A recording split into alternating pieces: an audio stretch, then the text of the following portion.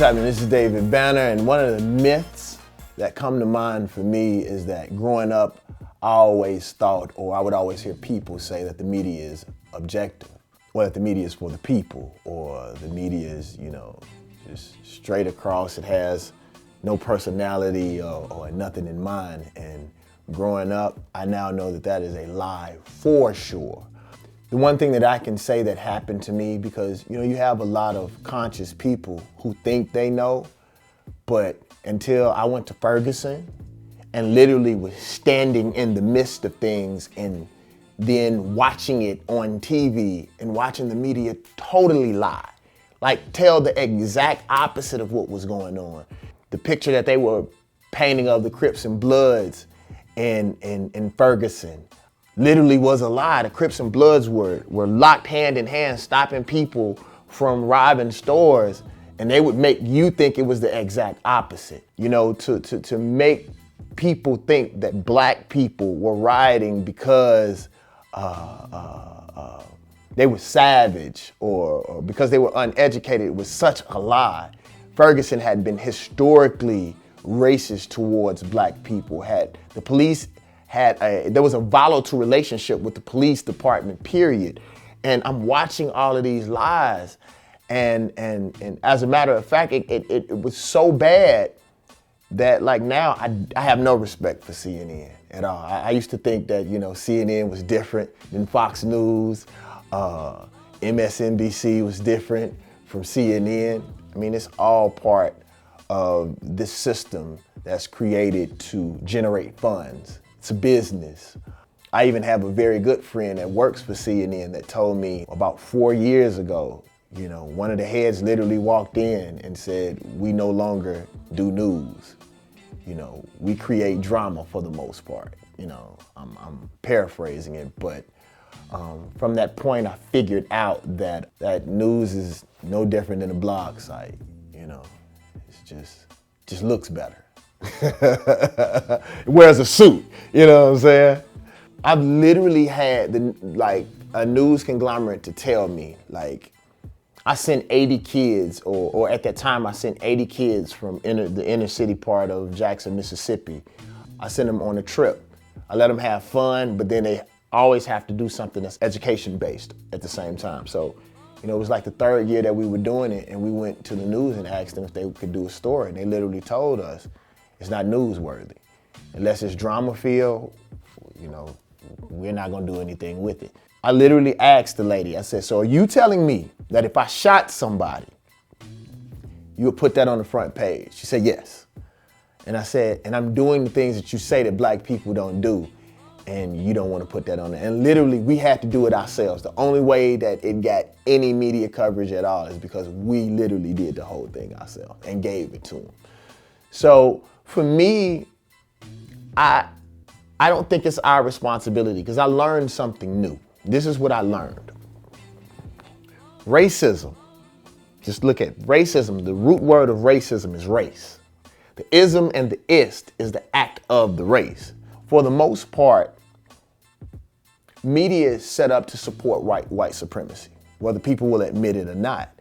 And it is their job to perpetuate these lies. So for me to think that they're gonna cover me any different is a fault on my part.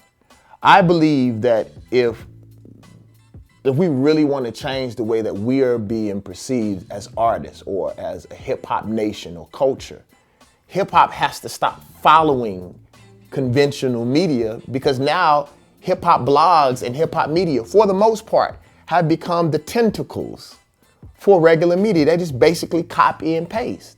If we want to change, these hip hop blogs and people who say that they're hip hop, they're gonna have to start getting out there and being in Ferguson, being in Baltimore, being in the places that all of these things are happening, so they can be the voice for us. Similar, a real good friend of mine, his name is Soren Baker. He told me something one time. He said, "David, instead of us begging people to do right, we're gonna have to create the sites. We're gonna have to write the books.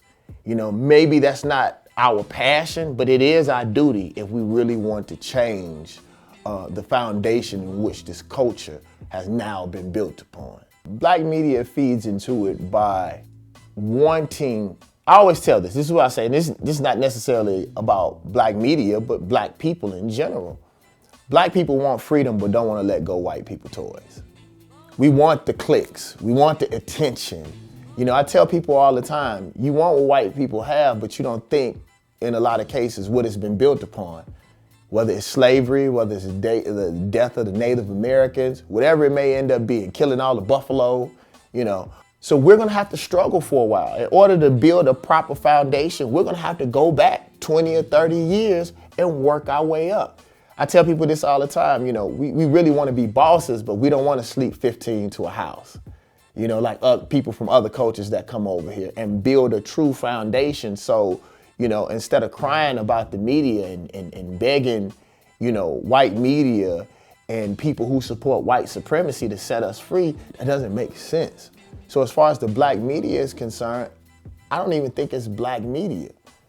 Even think about our leaders. Black people get their leaders from the exact places that we fight against and complain about. You know, we watch these different shows and we're so attracted to the people who are on these shows, but they are part of they're not part of the problem, but they're being funneled through the same system that we're fighting against. So we expect them to really be for us. They may be, but the odds are they're not. Always think of this. If you're not paying or supporting your leaders or your media conglomerates or your presidents or your lawyers or whoever that may end up being, why would they have your interest, your best interest at hand first? Black people don't support their media outlets. They don't support their leaders. So you wonder why they're so quick to sell out. Not really selling out, like they're giving their support to people who are their constituents.